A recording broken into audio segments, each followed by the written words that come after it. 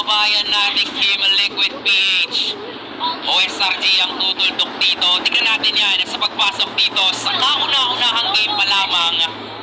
We're heading on and we're gonna be seeing Valentina on the EXP going up against a Sora pero nailayo, iniiwas dun sa Valentina ni Kuya Sanford. Bagay, crossover, lumayo ng todo.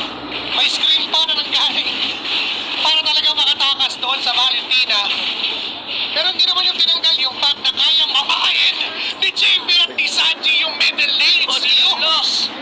After a minute, 44 seconds, first blood, Team Liquid has the advantage. Grabe naman talaga. Imagine no, wala pang level 4 yung isang Farsa.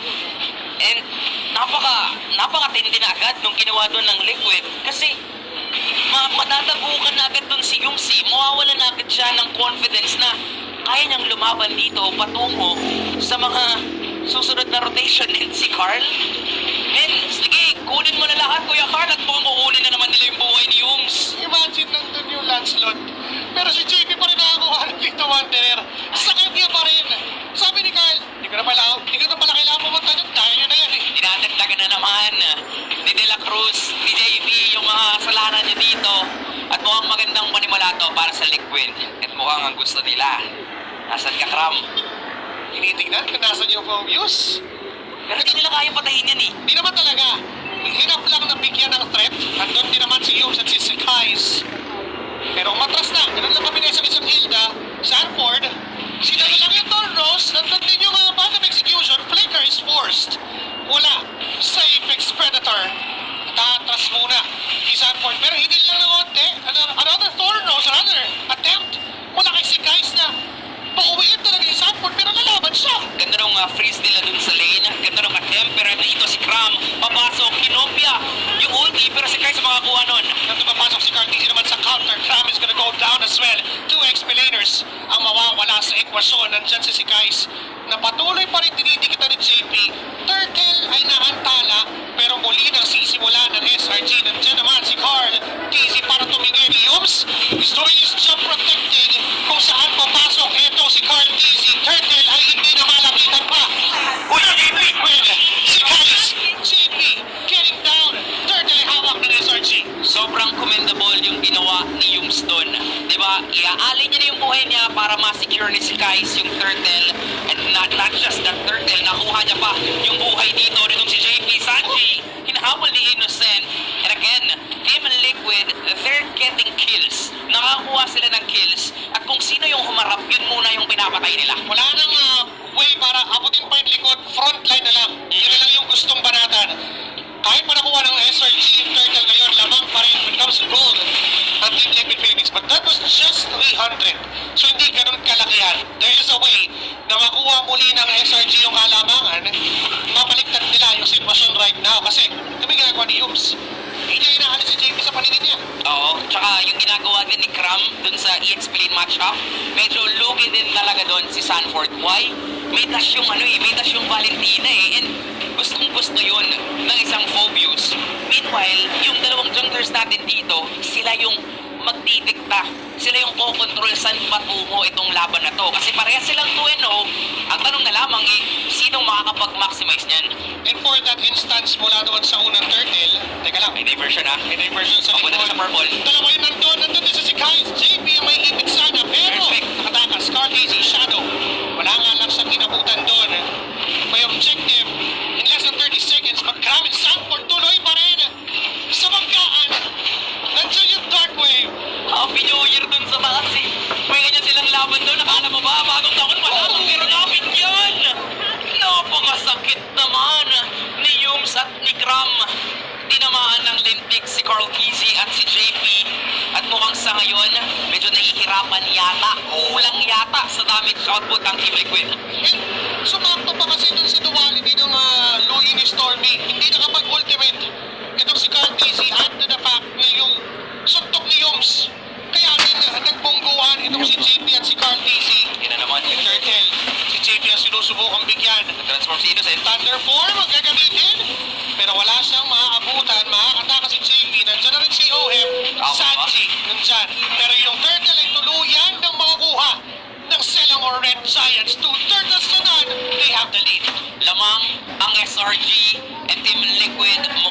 kailangan muna nilang magtiis. At mukhang alam ng SRG na pwede nilang i-maximize yung kalamangan ni Cram dun sa i-explain matchup. At yung ibang miyembro dito ng Liquid ay naghahanap na lamang ng pwedeng pitasin sa ibang parte ng mapa. Innocent, nag-transform na into the turret form. Ang kaso nga lang, hindi niya kaya i-first down. Alam si JP. Sumubok si Carl Casey na kumabot sa kanyang one shadow, pero hindi niya tinuloy yung kanyang ultimate. Ay, Si Sanji nga na may ibang target, kinuha ni Sanford yung Phantom Execution para lang sa layer ng pantakas. Pero hindi niya nagamit yun, nandun si Yum, sinubukan si Sanji, nagamit ang kanyang ultimate, kaya atras muna ang chef. And this time, muling kakalma ang mapa. 1.5k lead na meron dito ang SRG.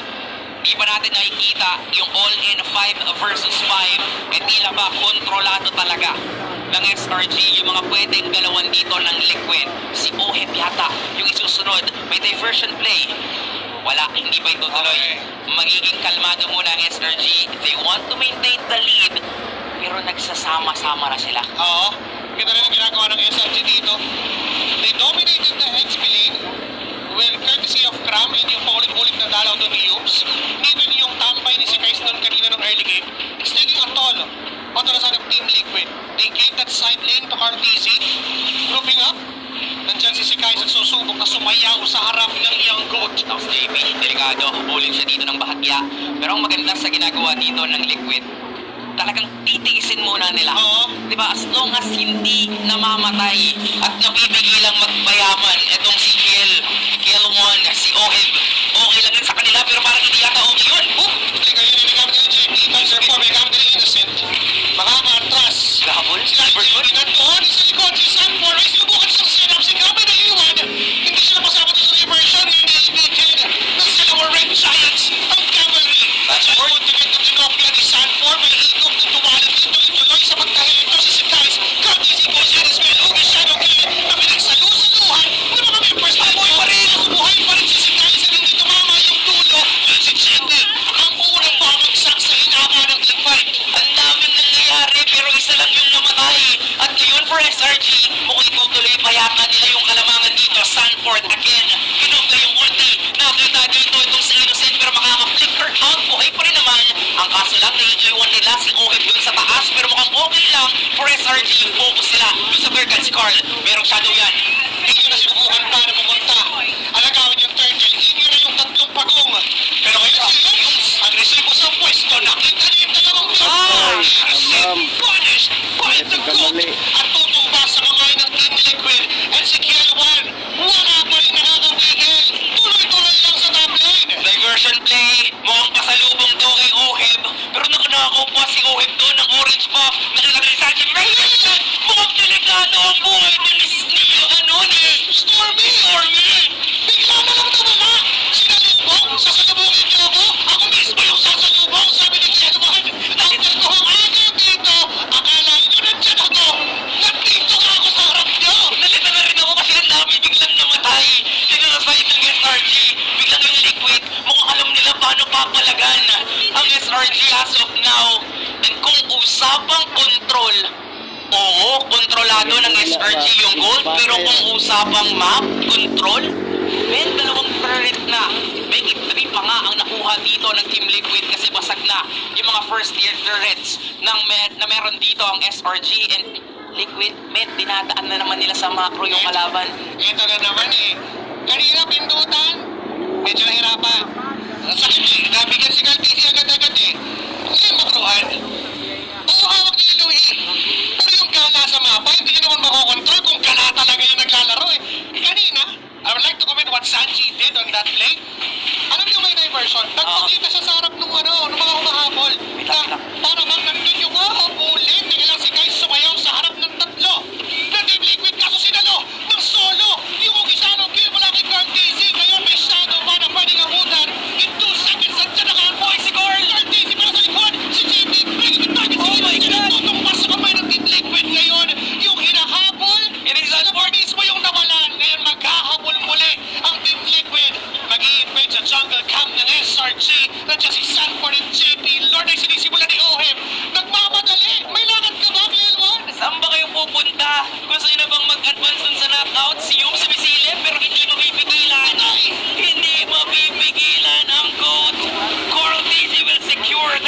Liquid at may laban na naman sa taas. Tapos dire-diretso pa na parang hindi gusto promedo ng Team Liquid. Ngayong tatlo laban sa tatlo, tumalon-talon si Graham, nandiyan yung flying glass, babalik si Innocent, pero wala na siyang nakabutan. Tapos si JP nakatingin pa. Pwede pa niyang ipipit doon. At hindi pwede airstrike sa langay Sandy. Ang sakit na sinasabit. Blazing Tubit mula kay Kielwan. Todo pa si Graham. Ngayon si Youngs na gusto lang sanang magligtas ay isusunod ka rin ng Team Liquid. Innocent, mag-isa na lang siya ngayon na humahanap ng TC. Umamatay siya ng sakit na dumatay yung kapatid ni Aaron Baker. Wow! A savage! Para kay Innocent! Ubos ang 5 miyembro ng Team Liquid! Sabi ko naman sa inyo, yan yung kailangan eh. Mukhang tinawagan na nga talaga in that play. And then the aggression of Team Liquid. Nagulat na rin sila. Oo nga pala, kapwa natin to Pinoy. Alam nito yung mga galaw natin, malakas din to, kaya pala ganyan in that savage play. Well actually, kahit papano, eh yun ang pipreno dito sa kalamangan ng Liquid. Sa pagragasan ng Team Liquid doon, si Innocent ang nagsilbing preno, ang pumigil sa trend ng Team Liquid. Oh my G. Ganun na pala kasakit yung damage doon. Iisa lang ang damage item. That's just a war axe sa hawak ni Innocent. But at Thunder Form, maximize onto its full potential, tumama sa 5 miyembro, ubos yung 5 na Team Liquid. Saka mas masakit yun pag mas marami kang defensive items eh. Kaya ang sakit na talaga ni Innocent and the positioning, yung timing, yung talaga. So kahit papano ay makakahinga-hinga dito ang SRG and somewhat nagulat to ng Liquid. Hindi nila in-expect na ganun pala kasakit yun. But then again, parang wala lang nangyari. Nabuhay na sila tapos tara, makro na ulit. Pwede na ulit lumaban. Ini-even out yung mga minion waves.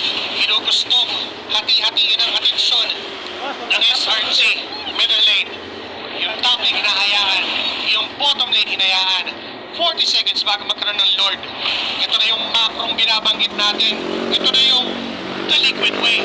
Oo, pinag-usapan nga natin yung macro, tapos biglang pinakita ng Liquid yung micro na kaya nilang gawin kahit ano dun eh. Diba? And ngayon na wala pang Lord, magkakaroon tayo ng mga slow push. Okay. Kakalma yung laban dito. Gagawa na naman ng paraan ng Liquid para lamang sila sa lane. Para meron silang 2 steps ahead against SRG. Magiging mahaba ang sayawan na to. 6 seconds para sa Lord. Even si Kais knows it well. Siya pa yung nag-clear Kailangan. ng dead lane, ng long lane. Kasi alam niya rin na hindi pa naman magsisimula ng Lord ng Team Liquid Philippines. Pwestuhan, agawan. Bagay, kapag nakuha mo na yung lugar na yan, huwag mo nang bibitawan. Oo. Ngayon sinisimulan si Ohi pa. Ang nagsimula dun sa Lord. Kalahati buhay ng Lord. Si Carl nakaabang. No info. Pero ganun din naman ang 5 miyembro dito ng SRG. Si Kais papasok, sisilip ng bahagya. Sinong unang makakita? Nakita ni Sadport si Innocent. Nakopya yung ulti dito. Itong si Innocent, yung ulti ng Sora. Kaya makuuna yung Team Liquid. Pwede na yung strike. Si Kais tumatahe. Friendly bagay. Nag-guard si Mondo. Kahit pinagsasabag na ni Yums. Nakuha pa rin niya yun. And here comes the massive play. Set up mula sa Kinopia. The ultimate ng Sora. Innocent is doing his way. Double kill. 2 damage dealers done. Isusunod pa yata si Sadport. Graham is down as well. Dito na pagitan niya. Habol yung tatlo. Doon sa dalawa. Natural lang kasi mas marami sila. And here comes si Kais and Innocent sumusubok. Naumatras sana pero Sanji with a better airstrike. Di niya matawa. Isa. Sadport goes down pero si JP ang bahala. Umamatay din si Kais. Nakit ka na si Innocent. Wala na siyang dash. Nakita magkamitin ni JP will end the mission. Ubos ang members ng Selangor Red Giants. Dinadagdagan na naman ni JP yung mga kasalanan niya. After ni Carl masecure yung Lord, men bumawi pa doon yung SRG dahil ulit kay Innocent. At ngayon ang Liquid, o sige, nakuha na namin yung Lord, nakuha niyo yun ang buhay namin, pero uubusin namin kayo. Pero still, hindi pa rin matatapos yung laban, pero dahil sa isang team fight, mababawi ng Liquid yung kalamangan, yung control, mong itutuloy sa pag-pressure dun sa baba. Ladies and gentlemen, we are looking at an absolute cinema. Pagit sa atin ng Team Liquid Philippines and ng Selangor Red Giants. But Team Liquid Philippines